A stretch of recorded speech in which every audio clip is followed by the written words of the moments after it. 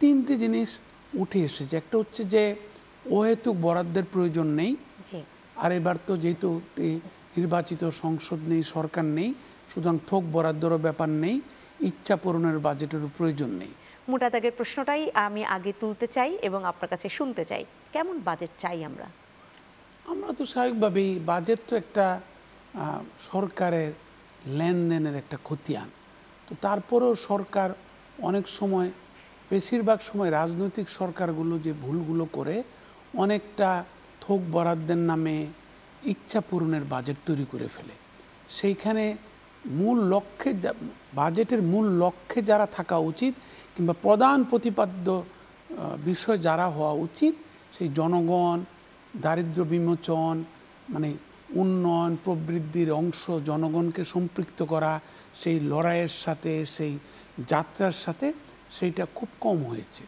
যার ফলে আমরা দেখেছি যে সত্যিকারের মানে হয়তো পার্লামেন্ট মেম্বারদের জন্য, সংসদ সদস্যদের জন্য তুষ্টির বাজেট হয়েছে, কারণ থোক বরাদ্দ দেওয়া হয়েছে, অনেক কিছু বাজেট বাস্তবায়নের প্রক্রিয়ায় অনেক কিছু ধোঁয়াশা রেখে দেওয়া হয়েছিল।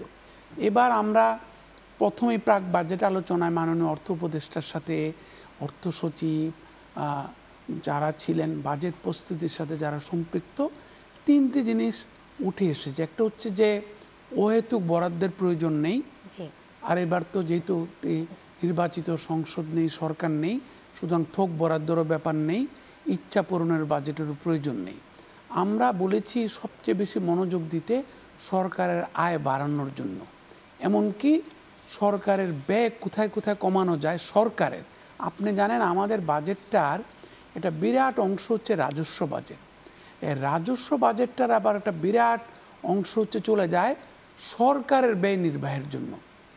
এই কারণে আমরা প্রথমেই বলেছি কিভাবে বাজেটকে একটা কাটছাট করা যায়, রাজস্ব বাজেটকে, যেখানে সরকার সত্যিকার অর্থেই এত আকার বড় হয়ে গেছে সরকারের, প্রয়োজনে অপ্রয়োজনে সরকার গেল 15-16 বছরে আমরা কোনো বিশ্বব্যাংকের তাগাদা থাকা সত্ত্বেও, আন্তর্জাতিক মুদ্রা তহবিলের তাগাদা থাকা সত্ত্বেও আমরা সরকারি ব্যয়, অহেতুক সরকারি ব্যয় লাগাম টানতে পারিনি। এটার দুইটা কারণ। একটা কারণ হচ্ছে সরকার পুরোপুরি আমলা নির্ভর হয়ে গেছিল, যার কারণে তাদের তুষ্টির জন্য অনেক ব্যয় করতে হয়েছে।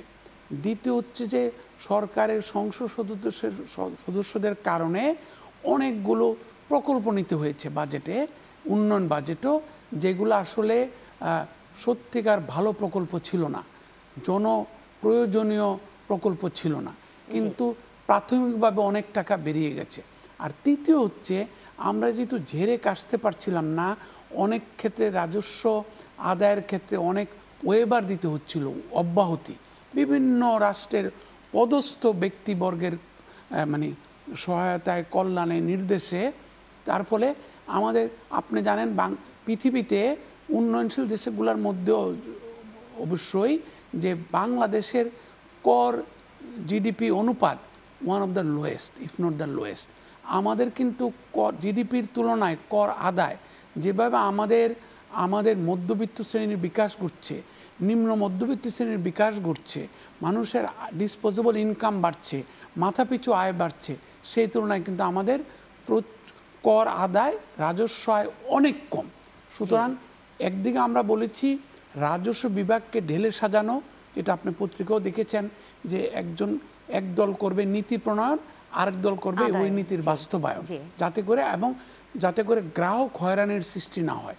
আর আমরা বারবার বলে আসছি রাজস্বর যে খাত, রাজস্বর যে বেস, এটাকে বড় করা যায় কিনা।